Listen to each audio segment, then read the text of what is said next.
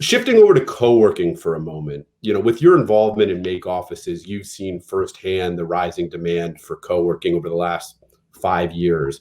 Where do you see the co-working sector heading, and what changes could be taking place going forward? Yeah, I think there's going to be the immediate changes will be the kind of the health and safety of the members, and that'll mean there'll be some investments that'll need to be made as it relates to just making sure that there's increased measures on the health and safety side, and it's similar, analogous to what the landlords are doing for the tenants. I think density, which there's a real big push towards more the densification of the space, and I think that'll create. I think the higher density co-working companies will struggle. We work at 45 square feet per desk. That's just, I don't think people will return to that. And that's going to be a real challenge.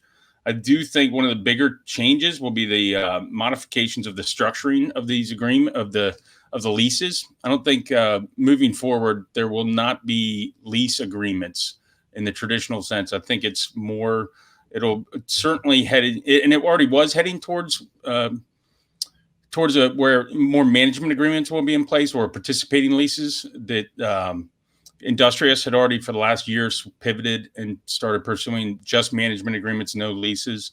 And I think everything moving forward will be in that kind of fashion. It really aligns the interests of the owner and the co-working company to a greater extent from a financial aspect and operationally.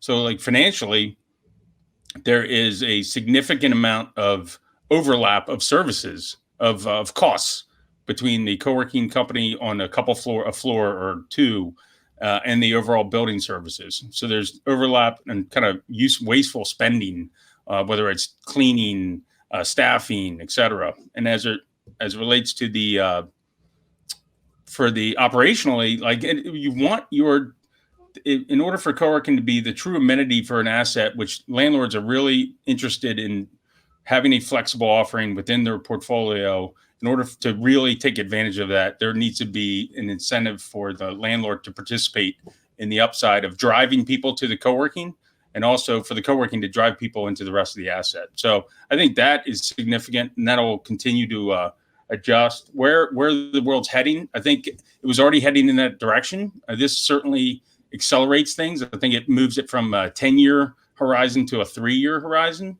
Mm-hmm. I'm certain that flexibility will continue to be important to the tenants.